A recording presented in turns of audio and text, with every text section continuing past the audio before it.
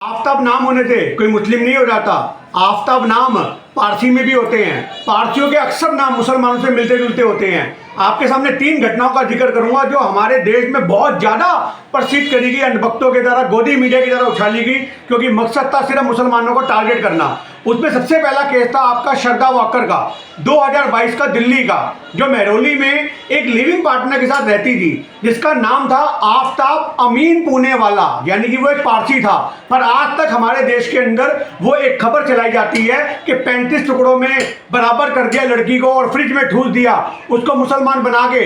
अब तक हमारे देश में मुसलमानों के साथ अगर कोई भी लड़की प्यार में आती है तो बोला जाता है कि हमारा अब्दुल ऐसा नहीं, हमारा अब्दुल ऐसा नहीं। मुसलमानों को टारगेट किया जाता है, पूरी कौम को, पूरे समुदाय को। तो आज मैं आपसे बताना चाह रहा हूं 2022 का वो किस्सा।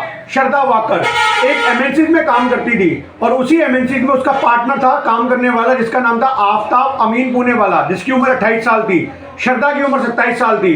दोनों में प्यार हुआ, एक फ्लैट में रहने लगे, पर किसी वजह से उनके बीच में ताल्लुकात बिगड़ गए और उस दिन झगड़ा होने पर आफ्ताब ने उसे मार दिया और मार के टुकड़ों में काट दिया और घर के अंदर 300 लीटर के फ्रिज के अंदर उसको ठूस दिया। और जैसे जैसे मौका निकलता रहा कुछ कुछ टुकड़े निकाल के जंगल में फेंके जाते थे।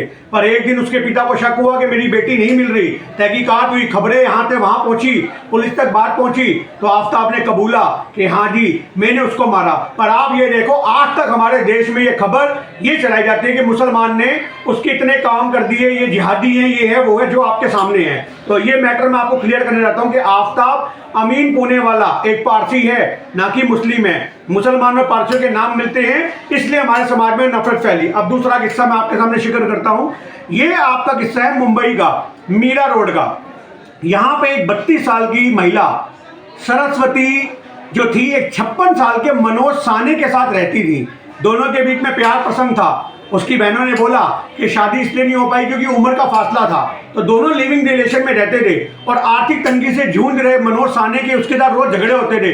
तो मनोज साने ने छुटकारा पाने के लिए उसको मारा ही नहीं, मैं आपको दरिंदगी की सारी हदें बताऊंगा, इंसानियत को शर्मसार करने वाली, उस औरत को काट करके कुकर में उबाल दिया, कुछ टुकड़े फ्लश कर दिए टॉयलेट में जाके, और उसके बाद उसके बाकी टुकड़ों को कुकर में उबालता था रोज और वहां सोसाइटी में कुत्तों को खिलाता था। ये किया था मनोज साने ने। अब मनोज साने हमें नाम से आपको पता लग रहा होगा, कोई मुसलमान तो है नहीं, पर आज तक हमारे देश में इस खबर को दबाया गया। क्यों हाईलाइट नहीं किया गया? क्योंकि यहाँ पर मुस्लिम एंगल नहीं मिला गोदी मीडिया को। और ये पूरी खबर आपके सामने है कि जितने भी हिस्सों में करने वाली अभी तक की खबरें हैं जो बहुत प्रसिद्ध हुई है, मैं उन्हीं को एक्सपोज कर रहा हूं आपके सामने। पहली घटना श्रद्धा वाकर की, जिसको मारने वाला मुस्लिम नहीं, उसको मारने वाला एक पारसी था। दूसरी घटना मुंबई की, सरस्वती की, इसको मारने वाला मनोज साने, 56 वर्षीय 32 साल की औरत। आज आपको समझना पड़ेगा किस तरह मुसलमानों के खिलाफ एजेंडे चलाए जा रहे हैं। और तीसरी घटना अभी महालक्ष्मी की आपके सामने 2024 की, ये वाली सरस्वती वाली घटना 2023 की थी। लगातार 2022, 2023, 2024 और अब 24 में महालक्ष्मी को जिसने टुकड़ों में काटा वो भी आपके सामने छुपा नहीं है।